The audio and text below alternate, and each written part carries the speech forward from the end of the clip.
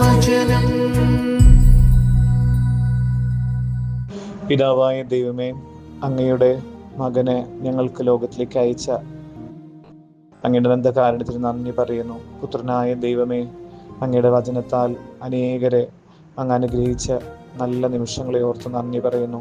പരിശുദ്ധാത്മാവായ ദൈവമേ, വചനാധിഷ്ഠിതമായ ജീവിതം നയിക്കുന്ന ഞങ്ങളെ അനുഗ്രഹിക്കാൻ കടന്നു വരുന്ന പരിശുദ്ധാത്മാവെ, ഞങ്ങളെ അനുഗ്രഹിക്കണമേ.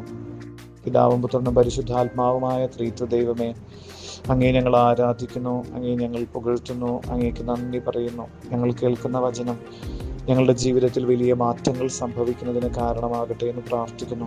ഈ വചനം അനുസരിച്ച് ജീവിക്കുവാൻ, ഈ വചനത്തിൻ്റെ പൊരുൾ ഞങ്ങൾക്ക് സ്വന്തമാകാൻ ഞങ്ങളെ ശക്തിപ്പെടുത്തണമേ. വചനത്തിൻ്റെ ചുരുളിൽ ജീവിതത്തിൻ്റെ പൊരുൾ കണ്ടെത്താൻ ഞങ്ങളെ ശക്തിപ്പെടുത്തണമേ. വിശുദ്ധ അന്തോണീസേ, ഞങ്ങൾക്ക് വേണ്ടി മാധ്യസ്ഥ അപേക്ഷിക്കണമേ. ആമേൻ. കർത്താവിൻ്റെ തിരുവചനം യോഹന്നാന്റെ വിശുദ്ധ സുവിശേഷത്തിൽ നിന്ന് 13-ാം അധ്യായം 1-ാം തിരുവചനം.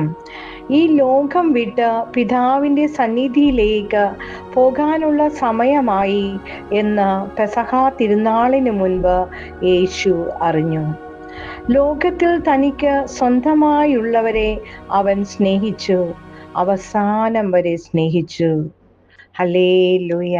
മരണം പിതാവായ ദൈവത്തിൻ്റെ അടുത്തേക്ക് തിരികെ പോകുന്നതിനും നിത്യതയിൽ അവിടുത്തെ മുഖം കണ്ട് ആനന്ദിക്കുവാനുമുള്ളതാണെന്നറിഞ്ഞുകൊണ്ട് ഭയം കൂടാതെ ഒരുക്കത്തോടും പ്രാർത്ഥനയോടും യോഗ്യതയോടും കൂടെ മരണത്തെ സ്വീകരിക്കുവാനും, തൻ്റെ പ്രിയ ശിഷ്യരിൽ ഒരുവൻ തന്നെ ഒറ്റിക്കൊടുക്കുമെന്നും മറ്റൊരുവൻ തന്നെ നിർദാക്ഷിണ്യം തള്ളിപ്പറയുമെന്നും മറ്റുള്ളവർ തന്നെ ഉപേക്ഷിച്ചു പോകുമെന്നും തൻ്റെ വേദനയിൽ ഉണർന്നിരുന്ന് പ്രാർത്ഥിക്കുവാൻ പോലും അവർക്ക് സാധിക്കുകയില്ല എന്നറിഞ്ഞിട്ടും അവിടുന്ന് അവരെ അവസാനം വരെ സ്നേഹിച്ചു.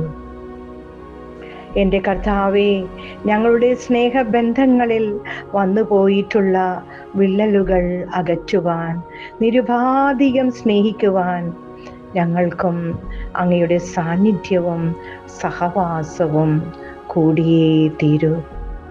ഈശോയെ, അങ്ങയുടെ പ്രതിച്ഛായ ഞങ്ങളിൽ പതിക്കണമേ. ഉരുൾച്ചേരൽ എന്നിൽ സംഭവിക്കട്ടെ. ഞാനും മറ്റൊരു ക്രിസ്തുവായി രൂപാന്തരപ്പെടട്ടെ. ആമേൻ. കർത്താവായ ദൈവമേ, ഞങ്ങൾ കേട്ട തിരുവചനം ഞങ്ങളുടെ പാദങ്ങൾക്ക് വിളക്കും വഴികളിൽ പ്രകാശവുമായി തീരട്ടെ. അങ്ങയുടെ വചനം അനുസരിച്ച് ജീവിക്കുവാൻ ഞങ്ങളെ ശക്തിപ്പെടുത്തണമേ. ഞങ്ങളിന്ന് കണ്ടുമുട്ടുന്നവരെയും ഞങ്ങളുമായി ബന്ധപ്പെട്ടവരെല്ലാവരെയും കർത്താവ് ഈ വചനത്തിൻ്റെ അഭിഷേകത്താൽ അങ്ങ് അനുഗ്രഹിക്കണമേ.